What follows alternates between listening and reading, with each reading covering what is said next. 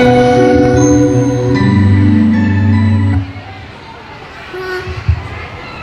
Manuel Luis Quezon ay pinanganak noong 1878, Agosto 19, isang Pilipinong sundalo, abogado at mambabatas.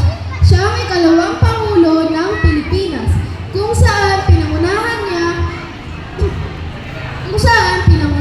niya ang Amerikanong Commonwealth mula 1935 hanggang 1944. Ang pagbabago ng petsa ng pagdiriwang ng Linggo ng Wika ay bilang paggunita sa kaarawan ni Pangulong Manuel Luis Quezon ay tinaguriang ama ng wikang pambansa.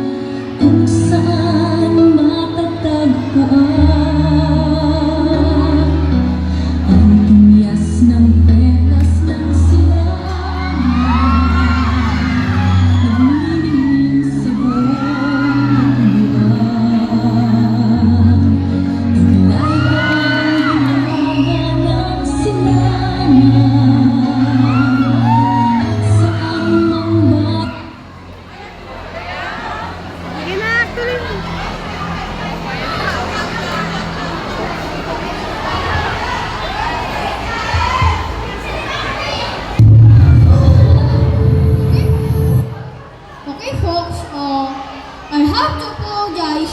The first runner-up is Miss Columbia. Miss Universe 2015 is Miss